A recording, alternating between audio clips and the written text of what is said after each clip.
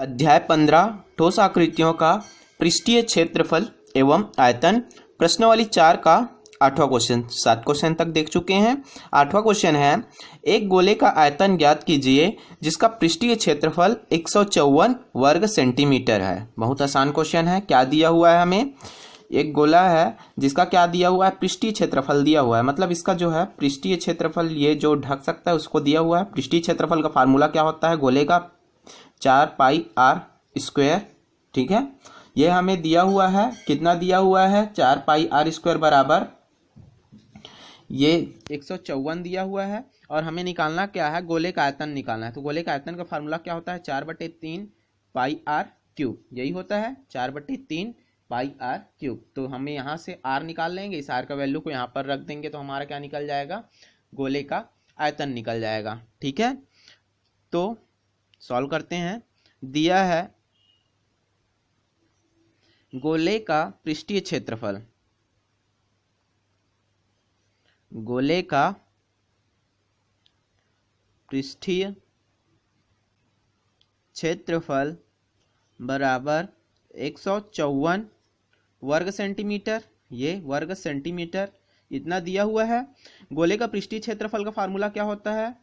4πr²। ये हो गया 4πr² बराबर का बराबर 154 है तो 154। ठीक है, अब ये क्या हो जाएगा? यहां से हम क्या निकालेंगे? r का वैल्यू निकालेंगे, क्योंकि आयतन निकालना है। तो आयतन में क्या जरूरत है? हमें r का जरूरत है। तो r निकाल लेते हैं। तो ये हो जाएगा 4, ये r को रहने देता हूं।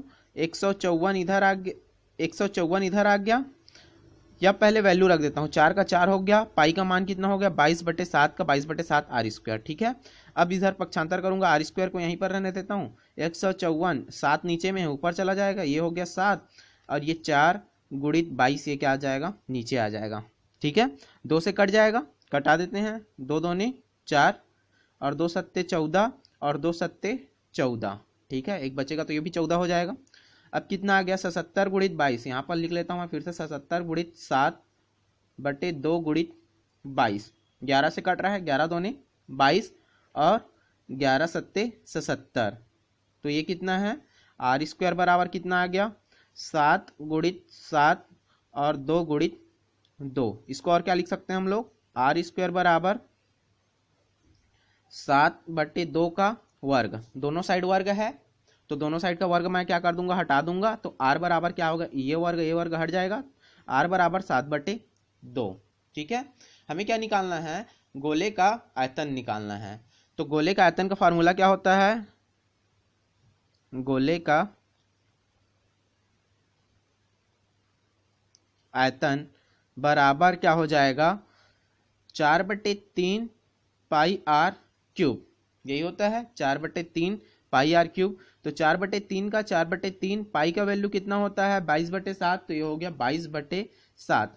r का मान कितना दिया हुआ है? 7/2 और 7/2 की घात 3। तो ये हो गया 7/2 की घात 3।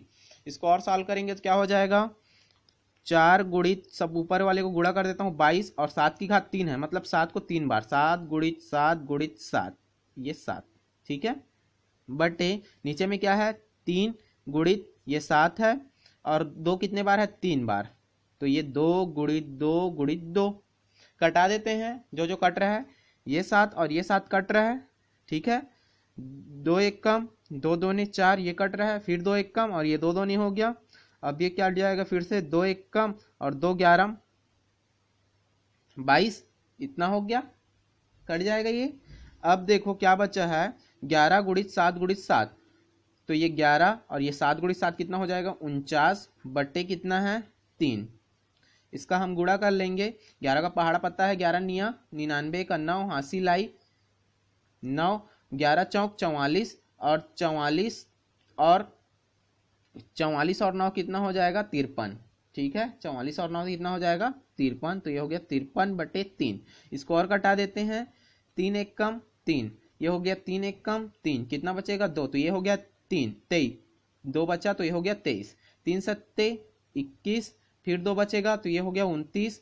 अब ये हो जाएगा 3 निया 27, फिर 2 बचेगा, दशमलव लगा दिए शून्य हो गया, 3 छक्का 18, फिर 2 बचेगा, 3 छक्का 18, ये 6 बढ़ता जाएगा, तो 179.66 179.66 क्या है, आयतन है, तो ये आएगा घन, और क्या दिया है मात्रक सभी का, सेंटीमीटर, तो घन सेंटीमीटर।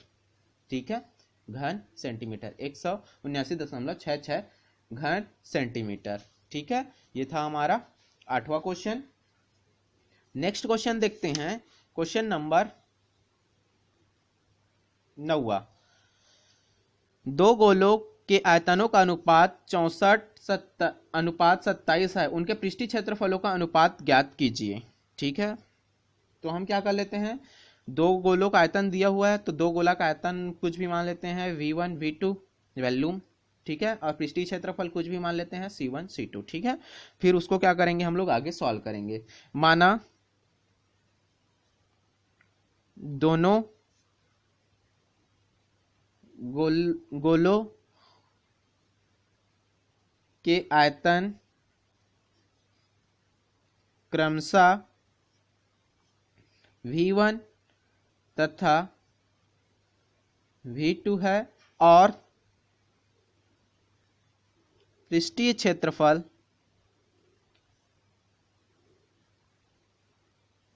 क्रमशः C1 तथा C2 है। अब दोनों गोले के आयतन का अनुपात दिया हुआ है, तब प्रश्नानुसार क्या हो जाएगा, दोनों गोलों के आयतन का अनुपात, मतलब V1 बटे V2 बराबर दिया हुआ है 64:27। 64 अनुपात को हम बटे में लिखते हैं, तो 64/27 ये दिया हुआ है। ठीक है, अब गोले का आयतन का फार्मूला क्या होता है, ये गोले का आयतन है, तो गोले का आयतन का फार्मूला होता है 4/3 पाई R1 क्यूब। ठीक है, यहाँ पर 1 ले रहा हूँ, दो त्रिज्या रहेगा, R1 R2, इसलिए R1 वैल्यूम, 2 वैल्यूम है, 2 आयतन है, तो 2 त्रिज्या रहेंगे, और यहाँ पर भी क्या हो जाएगा 4/3 पाई, दूसरे गोले के लिए क्या हो जाएगा R2, और ये भी हो जाएगा 3 बराबर 64/27 हो गया। इतना 4/3 ऊपर नीचे कट गया, पाई कट गया, R1 की घात 3 और ये R2 की घात 3। ठीक है, इसको भी हम लिख सकते हैं, क्या लिख सकते हैं, 64 को, 64 किसका क्यूब है, 4 का, तो 4 गुणित 4 गुणित 4 ऐसे लिख सकते हैं, और 27 किसका क्यूब है, 3 का, तो ये हो गया 3 गुणित 3 गुणित 3 हो गया। अब R1/R2 दोनों में घात 3 है, तो इसके ऊपर में एक ही घात लगा सकता हूँ, घात 3 ब्रैकेट करके, और देखो यहाँ पर भी 4/3 दोनों में 3 घात है, तो ये ऊपर में लग जाएगा घात 3, 4 गुणित 4 गुणित 4, तो 4 की घात 3 और नीचे में 3 की घात 3, तो ये दोनों को एक साथ ऊपर में लगा दिया, जैसे इसको लगाए हैं वैसे ही दोनों का घात 3 ऊपर से कट जाएगा। R1/R2 बराबर कितना हो गया, 4/3। ठीक है, कितना आ गया, 4/3। हमें क्या निकालना है, पृष्ठीय क्षेत्रफलों का अनुपात ज्ञात कीजिए। तो अब क्या हो जाएगा, हमें क्या निकालना है, पृष्ठीय क्षेत्रफलों का अनुपात, तो C1/C2 बराबर, पृष्ठीय क्षेत्रफल का अनुपात क्या होता है, 4 पाई R1 का स्क्वायर और 4 पाई R2 का स्क्वायर, 4 पाई R स्क्वायर होता है ना, तो यहाँ पर पहले के लिए R1, दूसरे के लिए R2। अब यहाँ पर हम रखते जाते हैं, तो ये 4 और 4 कट गया, पाई और पाई कट गया, तो C1/C2 बराबर क्या आ गया, R1 और R2 का स्क्वायर आ गया। ये अब दोनों स्क्वायर को मैं एक बार लिख सकता हूँ, R1/R2 का स्क्वायर, जैसे यहाँ पर लिख रहे थे, यहाँ पर लिखे हैं वैसे ही इसको भी लिख लिए। C1/C2 बराबर क्या हो जाएगा, R1 और R2 का अनुपात कितना है, 4:3, तो ये हो गया 4:3 का वर्ग। अब हमें C1 और C2 इसको और सॉल्व करेंगे तो क्या हो जाएगा, 4 का वर्ग कितना होगा 16, और 3 का वर्ग कितना होगा 9, तो 16:9 इसका अनुपात पूछा है, पृष्ठीय क्षेत्रफलों का अनुपात, तो पृष्ठीय क्षेत्रफलों का अनुपात क्या हो जाएगा, 16:9। ठीक है, ये था हमारा 9वां क्वेश्चन का सॉल्यूशन। ठीक है, अब हम देखते हैं नेक्स्ट क्वेश्चन, क्वेश्चन नंबर 10वां। ठीक है, एक ठोस गोले की त्रिज्या 12 सेंटीमीटर है, इस गोले से 6 सेंटीमीटर त्रिज्या के कितने गोले बन सकते हैं। देखो एक क्या है, 12 सेंटीमीटर त्रिज्या का क्या है हमारे पास गोला है, और हमें क्या बनाना है, 6 सेंटीमीटर त्रिज्या वाले गोले बनाने हैं। तो इस 12 सेंटीमीटर त्रिज्या वाले गोले से 6 सेंटीमीटर त्रिज्या वाले कितने गोले बनाए जा सकते हैं, तो वही है, इसका आयतन निकालेंगे और इसका आयतन निकालेंगे, इसके आयतन में इसके आयतन को भाग दे देंगे तो कितने गोले बनाए जा सकते हैं, निकल जाएगा। तो निकालते हैं। हल 12 सेंटीमीटर वाले त्रिज्या वाले गोले का आयतन निकाल लेता हूं मैं। 12 सेंटीमीटर त्रिज्या वाले ठोस गोले का आयतन या गोले का आयतन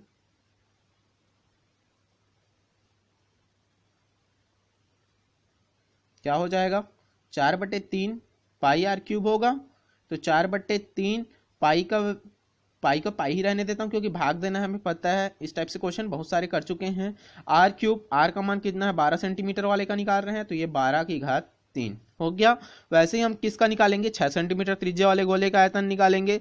तो 6 सेंटीमीटर त्रिज्या वाले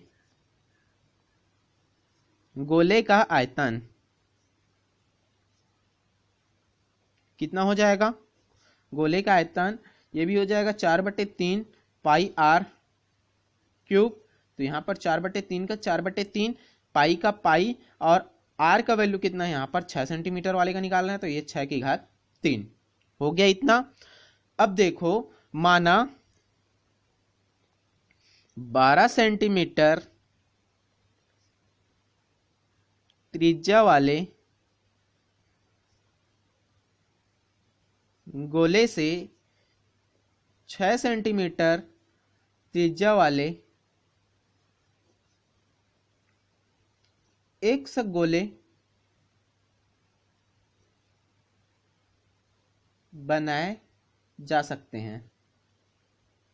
ठीक है, कितने गोले बनाए जा सकते हैं, x गोले बनाए जा सकते हैं। तब क्या हो जाएगा, x गुणित 6 सेंटीमीटर त्रिज्या वाले गोले का आयतन बराबर होगा किसके, 6 सेंटीमीटर त्रिज्या वाले गोले का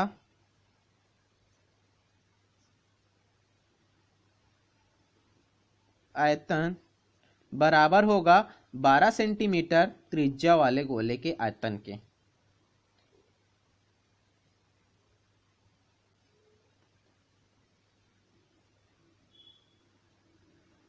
ये हो गया। तो x 6 सेंटीमीटर त्रिज्या वाले गोले का आयतन कितना निकला है, ये 4/3 गुणित पाई गुणित 6⁻³ बराबर 12 सेंटीमीटर त्रिज्या वाले गोले का आयतन ये है 4/3 पाई गुणित 12⁻³।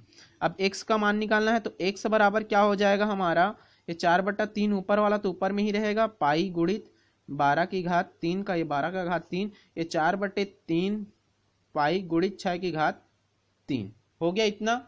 अब देखो, ये 4/3 4/3 कट गया, पाई और पाई कट गया, क्या बचा है यहाँ पर 12⁻³ और यहाँ पर 6⁻³ तो इसको हम क्या लिख सकते हैं, 12⁻³ को 12 गुणित 12 गुणित 12 और 6⁻³ को 6 गुणित 6 गुणित 6, सब कट जाएगा, 6 कम 6, 6 दूने 12, 6 कम 6, 6 दूने 12, 6 कम 6, 6 दूने 12, 2 गुणित 2 गुणित 2, 2 गुणित 2 गुणित 2, तो कितना आ जाएगा ये 8।